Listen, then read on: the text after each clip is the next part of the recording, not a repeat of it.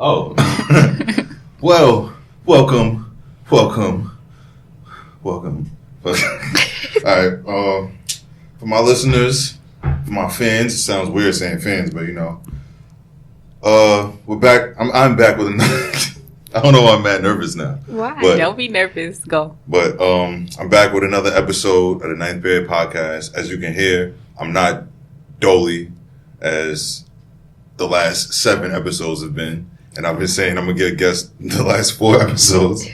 But with my podcast, like I told everybody, like I've said on my podcast before, I want my podcast to be very diverse. Like I don't want it to be just the typical rap niggas. I don't want it to be this typical gangbangers on the block type of shit. So it's like I want it to be very diverse. And today I have an episode with 2 young black women entrepreneurs. Yes, sir. I would love to introduce you guys, but I'd rather you guys introduce yourselves. So any of y'all could go first. It's whatever. Okay, I'm Samantha, the owner of Samantha's Graphics LLC. Follow me.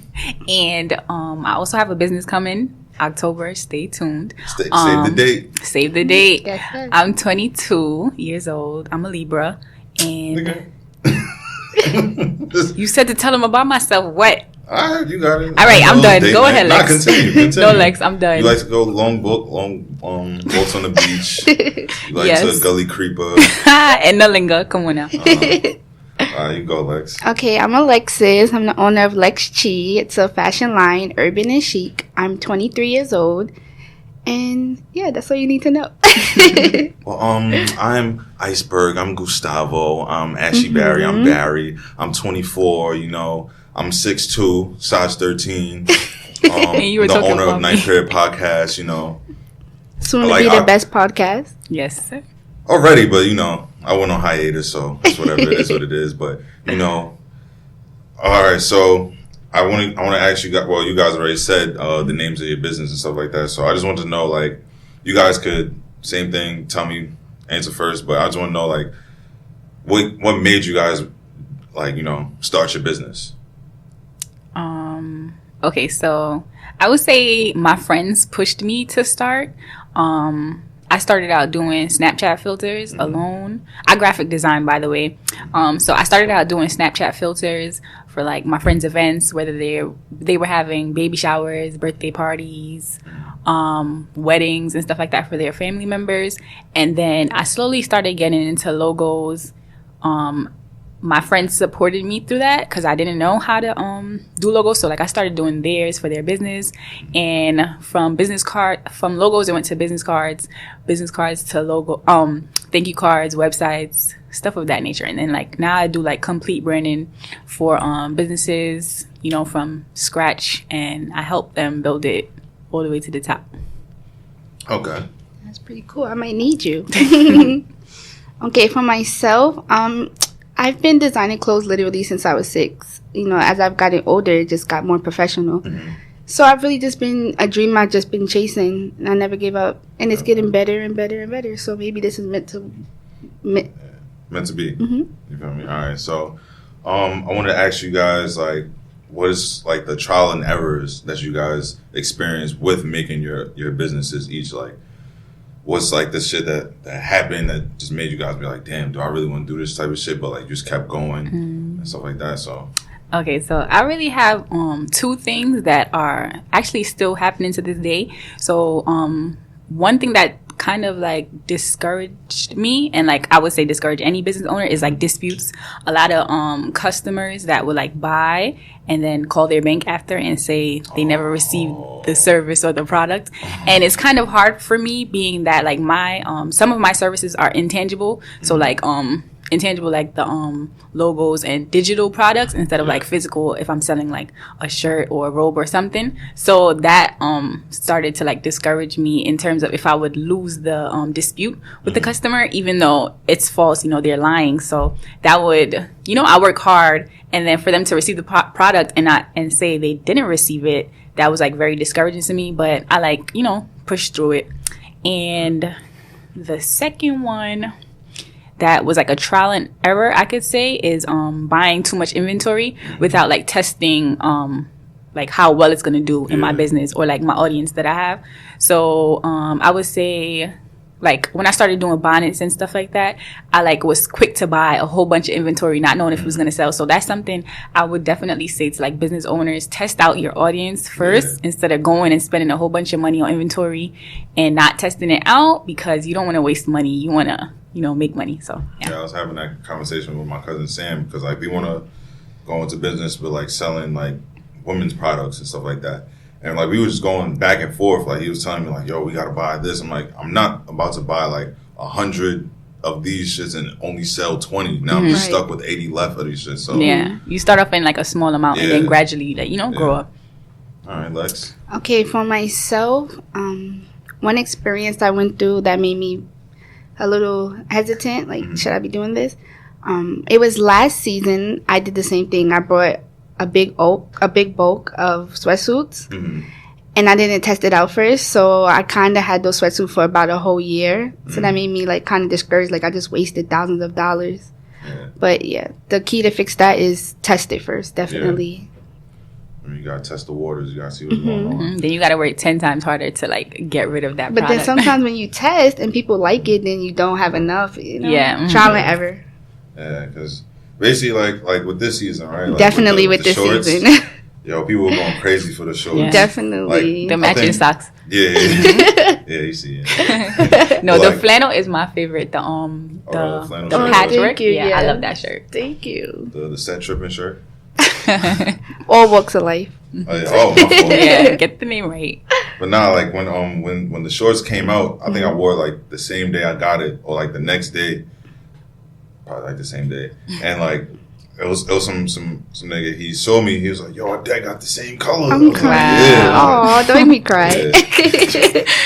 And it's like with not only just the shorts, just like the shirts. I'm seeing men, women in the shirts. I'm seeing a lot more women with the jumpsuits and stuff like that. And it's like it's all over Queens. Yeah. And not even just Queens. It's all over New York. You feel me? Like, I'm humble. But like, so once you drop season 4, that's the season, correct? Yeah, that's the season we're in now. All right, season 4. Once you dropped in, like you received all those orders. Like, what was it like? Like, how did you feel when you just saw all those orders, all the people there reposting? Like, it's different when they're just reposting the website. They're posting the confirmation orders and shit like that. Like, coming to Queens, coming to Brooklyn, coming to Bronx, all that type of shit. Like, how'd that feel seeing that? I'm really sensitive in real life, so I probably cried for like 2 days. I swear. It was like a crazy feeling, but still, even though I had a lot of orders, now I know this is like only the beginning. Yeah. So it's like an adrenaline feeling. Like I don't know if you ever did anything that people told you can't do, and you prove them wrong. Exactly, and you proving them wrong. Just don't stop. So it's a great feeling. I mean, so with Samantha, I want to know, like, what made you... Samantha's all over Queens, too. Oh, yeah. She's... Yo. You can't get a graphic without going to Samantha. Exactly. My last two... Well, this logo... Well, it's a combination of Samantha and my man's Kilo. He put the 9th period. I just needed her to put the podcast on there. But I made it blend very well. Yeah. So, and then she did my previous logo. It was like a chalkboard type of thing. And I have business cards. I don't have it on me because it's my previous logo. Like when I first got it, I was in love with it, and then just like I'm just looking at it, I'm like, I think this goes like perfect. This one is So like basically like what I was trying to ask you was I see that you make face masks, aprons, robes. Like you started off with Snapchat filters to graphic designs. So like, what made you just go to putting them onto, like bedazzling them and putting them onto like products, stuff like that. So I actually have like what do you call this? Like Okay, well, in the future, I hope to own my own print shop. So I like did research on like how I could start with like prints. So like, you know, t-shirts, robes and stuff of that nature. I want it to be like a one-stop shop when they come in. If they want business cards, I could print it for them, stickers, banners, anything. So I hope to open a print shop one day. So, you know, I like to be able to do things on my own. You know, of course, as my business grows to another level, I'm gonna have to hire people, expand my team, but I want to also be in there doing the work as well. So you know, I did my research and found 2 machines that it required. Then I, you know, asked my parents like, hey, for my birthday, can you buy me this? And then they bought it. And then so I just got to work, went on YouTube, watched some tutorials, bought the vinyl for like the prints and stuff. And then I just started from there and I added it as a service. And people actually love it. So it's been like I had a great turnout for the custom items. Like the custom items I had a black face mask. I was kind of scared to tell you, but I think I lost it. I don't know where it's at, but like I got a white one. Wow, you lost it? Right. Yo, I don't know where. Like I remember I had a hoodie on when I had it on. I put it in the hoodie pocket. Then but no, but it's okay because I have a black one that I made for myself, and it said like mine in my black-owned business. I can't find it either, so it's okay. You know, some more of the but Sorry to throw it like that. But I wanted to know, I want to ask you guys, like, what keeps you guys creative? Like, post-quarantine, pre-quarantine, just like overall, like what has kept you guys like what are some things that you do like on a regular day basis that it'll just give you inspiration to create something new within your brand?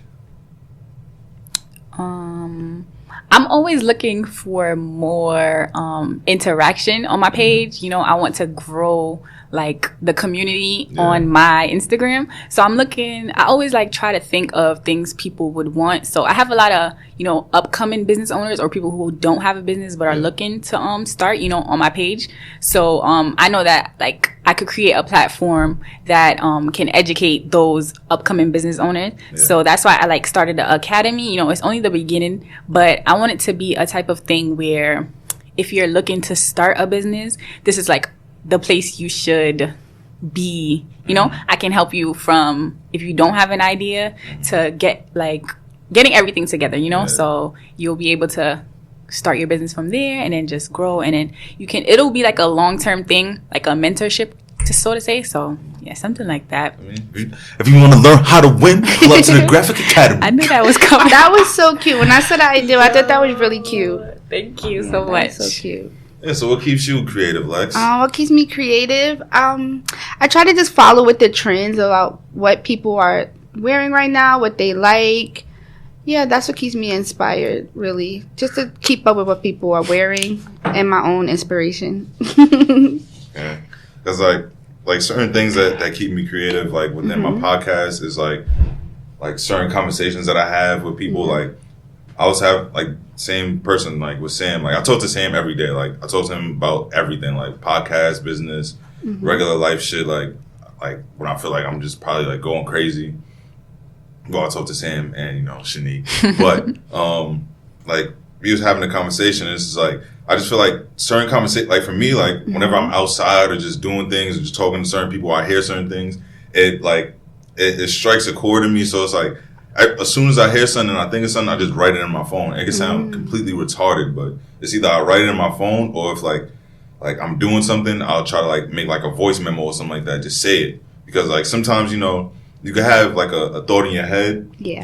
You'll write it down, and then, like, you'll see it, like, a couple days later, like, what was I talking about? Yeah, why did I write this down? So it's like, whenever I make voice memos, I'll always, like, I'll just verbally just, you know, explain it, like, thoroughly explain it as, like, what I want to do, like, why I want to do it, like, what I can do to, like, make it look cool or some shit like that, and just, like, appealing. So it's certain stuff like that keeps me creative.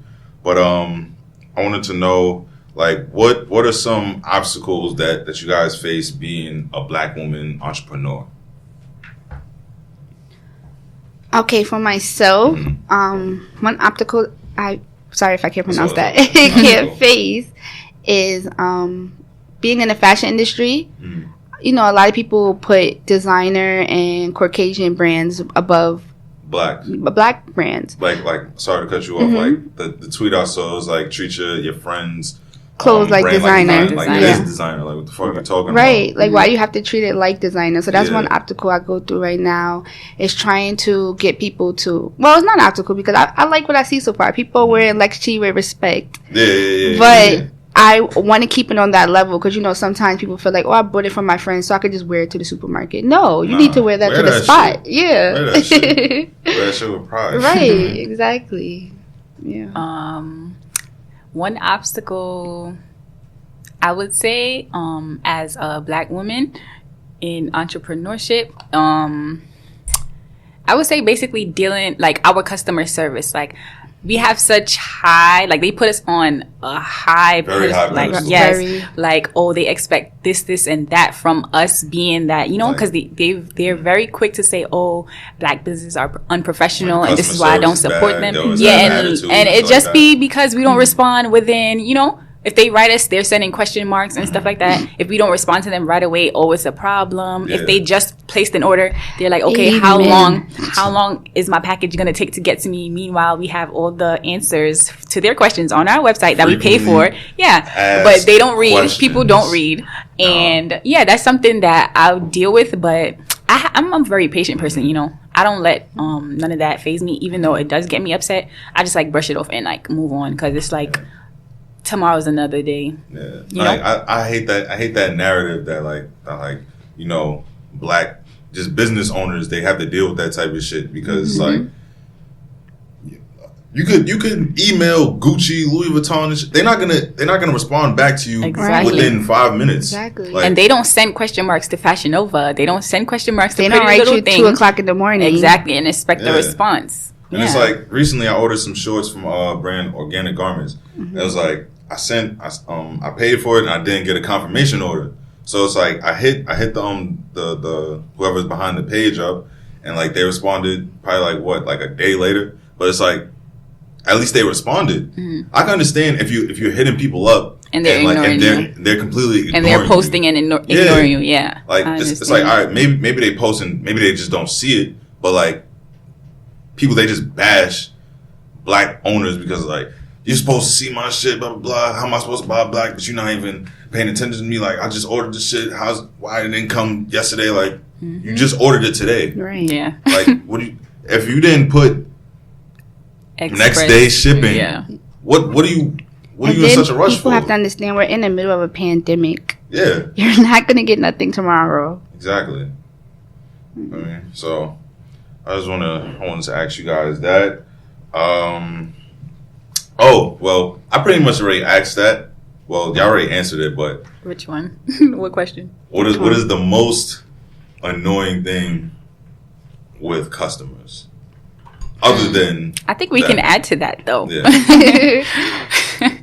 For myself, I do feel like I'm sticking with what Samantha said. Ordering and expecting it tomorrow or the day after and writing me 2 o'clock in the morning or... underneath my picture, where's my order? Yo, check DM. Yes. Oh no, where's my order? My number is. Come on. They write, yo, where's my order? Yeah. Under your picture? Oh, no, I get the check DM one. No. People are really not patient. But I have a lot of patience too, so it don't really bother me because you'll get it when you get it. Yeah. Mine would just be well, it's in terms of my graphics, my turnaround time, people that don't read my turnaround time, and it's under every service before they pay. So, like, my thing is, if you're going to send money to someone, if you're going to purchase with someone, you want to read their policies. Like, I put everything on my site. So it's just like, if you're going to purchase a logo, business cards, it'll tell you, okay, 10 business days, whatever the case may be. Do not write me on the second business day asking for your logo. When on my site it says 10 business days, whatever the case may be, you know. I just want people to read more and, you know, read into what they're investing their money in. That's all. That's one of my biggest pet peeves, you know. But I want to ask you both, what are some future endeavors? Well, matter of fact, before I even get to that, is there any information that you can, you know, tell us about 10/18? October 10th, 18. Oh, okay. 2020, 14. Yes. Okay, so 10/18, I chose that date because it's my birthday, but what's coming on that day is my launch of my beauty cosmetic brand. So what I have in mind is for it to be a mini Fenty Beauty. So I'm crossing my fingers, and I've already received like a whole bunch of support, you know, like 2 months ahead. So like I'm really grateful for that. But the first launch, it's gonna consist of like lip glosses, maybe eyeliner, highlights, stuff of that nature. I haven't decided like the official products, but it's coming, and it's gonna be great quality. Like I'm doing a lot of research, and it's gonna be good. All right. So I want to ask you guys, like, what are some future endeavors other than Cordine and just Samantha Graphics? Like, what are just some future endeavors that you guys have in store or just like thinking of? Like, because all right, for me with my podcast, I don't want to like. I would love to do this shit forever, like as a hobby, because I like doing this. I like talking to people. I like learning new things from people. You understand? So it's like, but from there, I want to like go into like voice narrations and stuff like that. Oh, you could do that. I could see you doing that. Yeah, because like since I was like a kid, people always told me like I have a voice like since I hit puberty and like my voice got deeper. Like Pop Smoke. But you could do like different voices. Like it'd be funny, you know. Yeah, you know. Rasta voice. Yeah. Well, future endeavors, I want to do a nonprofit organization to help young girls, like just as a support. Like, so I see myself having a team, going to schools, gathering girls, finding out their dreams and helping them. Mm-hmm. That's like 10 year. 10 year, okay. Okay. Me, just keep growing with both of my businesses, and still with the print shop. You know, I hope to open that one day, maybe out of town, maybe in New York. I also want to do something outside. Yeah, maybe, you never know. But I'm thinking of doing either a beauty bar. I wanted to open up a beauty bar, not me necessarily working in there, but I wanted to open up a beauty bar and have like, you know, talented people, hairstylist, braider, nail artists, you know, lash tech, all of that inside the beauty bar. Or I was thinking of doing a rental company where we rent chairs like for events like baby showers and stuff like that. Of course, that's on hold because of, you know, the pandemic. But that's something I want to get into in terms of like future plans. Yeah.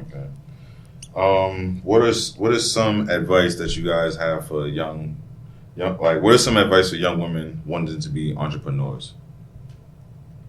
My advice is just don't give up and don't listen to what people say.